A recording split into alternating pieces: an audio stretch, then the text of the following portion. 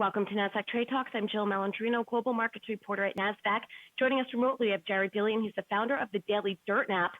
The opportunity is here, but are investors too scared to take it? We're going to talk about that with Jared, as well as get into a couple of the charts here. Jared, it's great to have you with me as always. Thanks so much for making the time. And it's interesting, you traded on Lehman's desk in 2008. We all know what happened there. Does this feel the same, this current crisis that we're in right now, as when we were going through the financial crisis and the ultimate collapse of Lehman?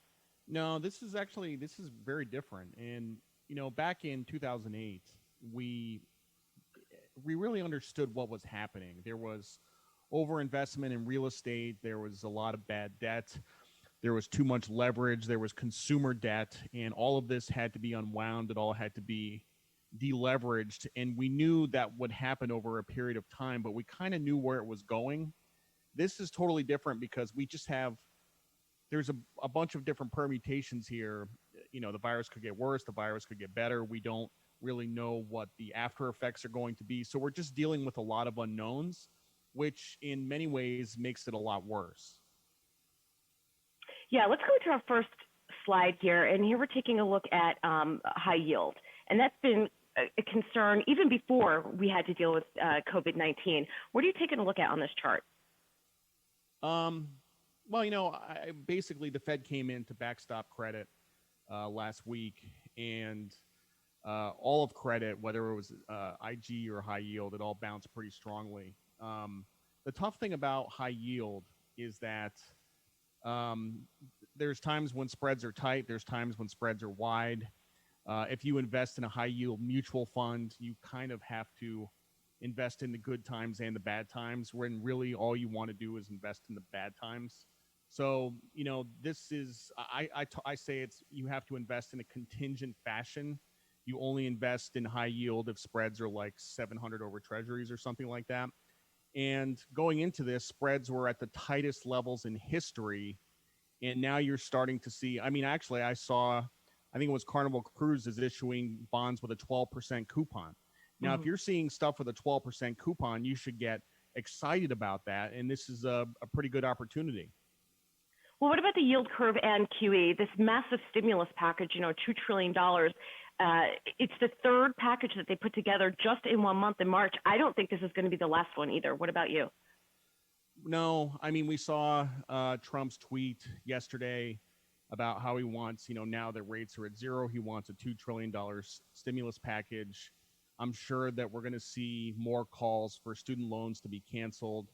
That would be another 1.6 trillion. So you're talking about putting 6 trillion on the balance sheet in the span of a couple of weeks. We basically are doing MMT right now. Like that's exactly what's going on. I think in the short term, I think what's going to happen is that the talk of all this stimulus and bond issuance is going to steepen the yield curve a bit. Actually, probably more than a bit. It's probably going to steepen the yield curve a lot. But for the time being, what we're essentially doing is we're monetizing the debt. Yeah. Now, how about gold? I think investors have been caught off guard a bit in terms of the way it's been behaving. Yeah, there was a lot of discussion about. Gold dropped about $200 pretty quickly at the start of the crisis, and the explanation that we got for that was that this was people liquidating winning positions to finance losing positions, and I can go with that theory. I just described this scenario when we're living sort of modern monetary theory. We're living MMT, and I don't think there's an economist. Well, maybe there are some, but I don't think there's an economist out there that say that gold would go down in that environment. And I think this is a big opportunity here. And the other thing is that gold usually doesn't do well during a crisis. It actually performed pretty poorly during the financial crisis. But once the financial crisis was over, gold went from 700 an ounce to 1900 an ounce. Well, let's go on to our final slide here. And, all sentiment readings are pegged at max bearish. We can see that in, mostly people are familiar with the CNN Fear and Greed Index. But everyone's been asking for that opportunity. February 19th were all-time highs. Valuations were the number one concern. Here's your opportunity. You have it. Do you think people are too scared to take advantage of it? Is that just part of human psychology? We see stuff going down, so we don't want to get in an environment like that. You would think this would be a generational opportunity. Yeah, I actually saw a chart from Bloomberg yesterday that showed that about 60% of people haven't even touched their portfolios in this downturn. And there's a small percentage of people that added to it and a small percentage of people that sold stuff. But yeah, I mean, this is what you're supposed to do. There was a lot of people who were underinvested the whole way up. They were waiting for opportunities. They said that stocks were overvalued. I don't know that stocks are undervalued yet, but they're definitely more fairly valued. And I think that, if you're a long-term investor, this is probably a good time to take a position. All right, Jared, great to catch up with you as always. Thanks so much for making the time. Thank you.